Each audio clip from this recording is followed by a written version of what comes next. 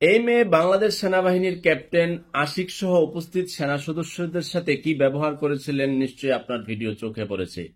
ন্যাক্কারজনক ঘটনা ঘটিয়েছেন এবং তুচ্ছ তাচ্ছিল্য করে মুখের ভাষা যা তা করে ব্যবহার করেছিল। এই মেয়ের আসল পরিচয় বেরিয়েছে এখন।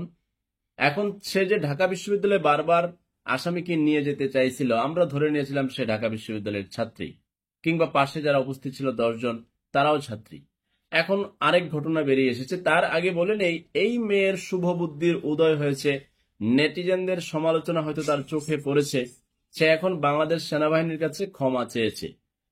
তো তার পরিচয়টা একটু বলে নেই এবং সে কোন কলেজে পড়ে। তার বাড়ি হচ্ছে যশোরে, নাম হচ্ছে Farzana Sathi, Lalmatia national college of home of ইকোনমিক্সের ছাত্রী তিনি। তো তিনি অভিযুক্ত যিনি সরোয়ার উদ্দিন, তাকে নিয়ে শাহবাগ থানায় গিয়েছেন 10 জন মেয়ে, এর মধ্যে 4 জন ভিকটিম, এমনটাই বলা হচ্ছে মেইনস্ট্রিম মিডিয়াতে।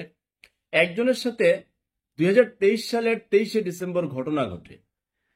4 মেয়ের আমন্ত্রণে সরোয়ার উদ্দিন তাদের বাসায় যায়, সেখানে আলগা পানি খায়, তারপরে অনেক ঘটনা ঘটে বলে তারা বলছে এবং সরোয়ার উদ্দিনকে এই অভিযোগে অভিযুক্ত করছে।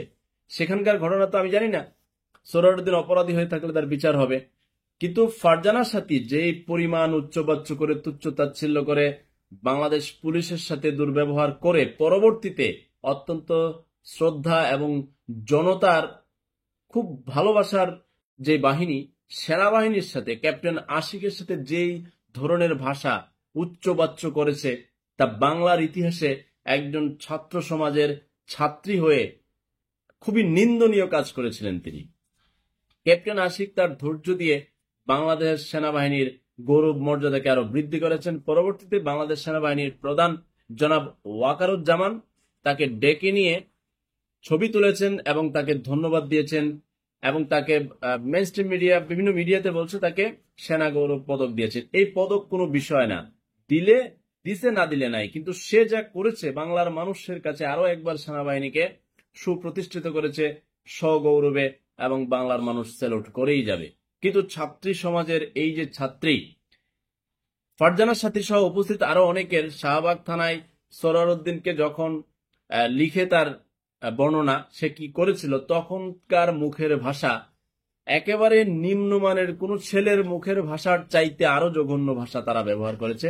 আমি হতবাক হয়ে গেছি ভাষার ব্যবহার থেকে, যে মেয়েরাও যে এরকম ভাষার ব্যবহার করতে পারে, তাও প্রকাশ্য দিবালোকে, যেখানে ভিডিও হচ্ছে তারা দেখছে, তারা অস্বীকার যদি এখন করে, যেটা আমরা তো বুঝতে পারি না, এর আগে করেছি, ভিডিও হচ্ছে, লাইভ প্রোগ্রাম হচ্ছে, এর মধ্যে তারা ভাষা ব্যবহার করছে।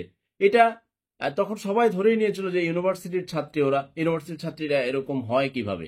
এখন ফারজানার সাথীর পরিচয় বেরিয়ে আসছে সে ইউনিভার্সিটির ছাত্রী না, বামপন্থী রাজনীতি করে।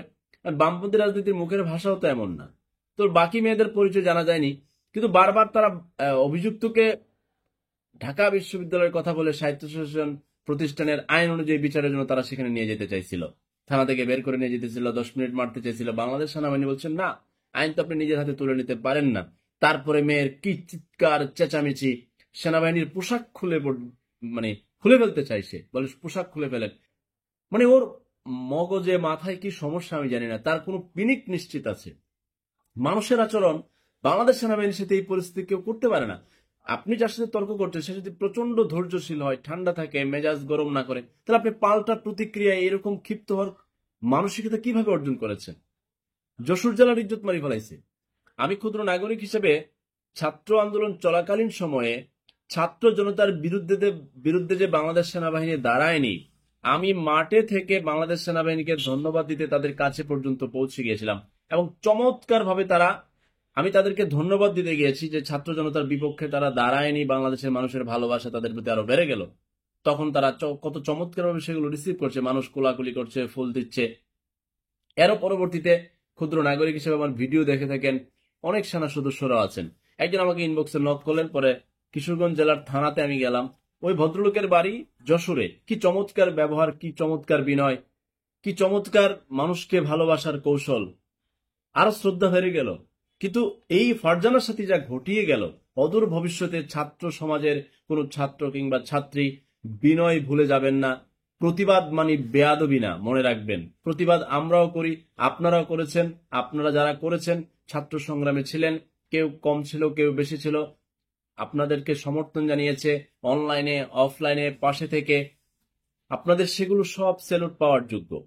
কিন্তু তার মানে এই নয় প্রতিবাদ করতে গিয়ে অহংকারে বেয়াদবি করে বসবেন কোনো মানুষের সাথে, কোনো বাহিনীর সাথে। সেটা বাংলার মানুষ কোনোভাবেই গ্রহণ করে না। কোনো ছাত্র এবং ছাত্রীর ব্যবহার এমন হতে পারে না, না, না। ফারজানা সাথীর শুভবুদ্ধির উদয় হয়েছে, সে বাংলাদেশ সেনাবাহিনীর কাছে ক্ষমা চেয়েছে। অদূর ভবিষ্যতে কেউ দুর্ব্যবহার করার আগে অনেকবার ভাববেন। এই ক্যাপ্টেন আশিক যে ধৈর্যের পরিচয় দিয়েছেন, অন্য কোনো বাহিনী হলে অনেক উল্টাপাল্টা কিছু হয়ে যেত। আল্লাহ হাফেজ।